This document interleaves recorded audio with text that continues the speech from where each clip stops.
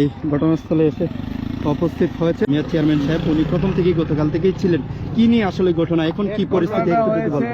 গতকালকে একটা mobile charge নিয়ে আর কি, যেখানে একটা মোবাইল চার্জ দেওয়ার দিছিল ওই বর্ণের একটা ছেলে, বাবুল নামে একটা ছেলে দিছিল এখানে একটা ডাক্তারের ফার্মেসি। এই মোবাইলটা চার্জ দেওয়ার পরে এই লোক নিয়ে আসে, অন্য একজন লোক চাচ্ছে যে এই মোবাইলটা দেওয়ার জন্য। এই দিতে যখন চাইছে তখনই মানে সে বলছে না ওর কাছে দিব না, অন্য জনের কাছে দিব। এই দিতে গিয়া মানে কথা কাটাকাটির মধ্যে হাতাহাতি হয়। এই হাতাহাতি হওয়ার পরে এই বর্ণি তথা এই কাঁঠালবাড়ির দুই একজনে একটু হাতাহাতি হয়। এই হাতাহাতিটা পরে কোম্পানিগঞ্জের এরা জিজ্ঞাসাবাদ করেই মানে বড় ধরনের ঘটনাটা রূপ ধারণ করে। রূপ ধারণ করার পরে আমরা সন্ধ্যার পর থেকে রাত 9টা পর্যন্ত আমরা মানে সকলেই, প্রশাসনের সব ছিল, পুলিশ ছিল, ওসি সাহেব তার স্টাফ নিয়ে ছিল, আমরাও নেতৃবৃন্দ ছিলাম। এরপরে সেনাবাহিনী এসে রাত 10টা 9টা প্রায় 20 মিনিটে আমরা ছত্রভঙ্গ করি। ছত্রভঙ্গ পরে দুইও পার্টির সাথে আমরা কথা বলি যে আগামীকালকে যেন কোনো সংঘর্ষ না হয়, এবং তারা আমাদেরকে প্রতিশ্রুতি দিয়েছিলেন।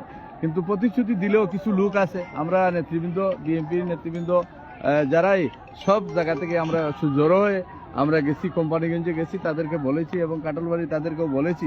বলার পরেও আমরা উদারত আহ্বান জানাচ্ছি যে তোমরা এগুলা নিয়ে ঝামেলা করো না, এটা আমরা দেখবো।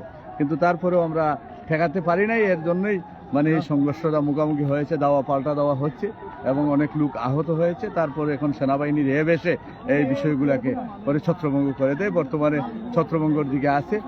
তবুও এই কোম্পানিগঞ্জের সকল নেতৃবৃন্দর পক্ষ থেকে এবং মুরব্বীর পক্ষ থেকে সকলকে উদাত্ত আহ্বান জানাই, নিজ নিজ স্থানে এখনো ফিরে যাওয়ার জন্য অনুরোধ জানাই। আমরা সকলের মুরব্বীর পক্ষ থেকে, সকল নেতৃবৃন্দর পক্ষ থেকে আমরা বিশেষভাবে অনুরোধ করি সবাই যেন যার যার নিজ নিজ স্থানে যায়।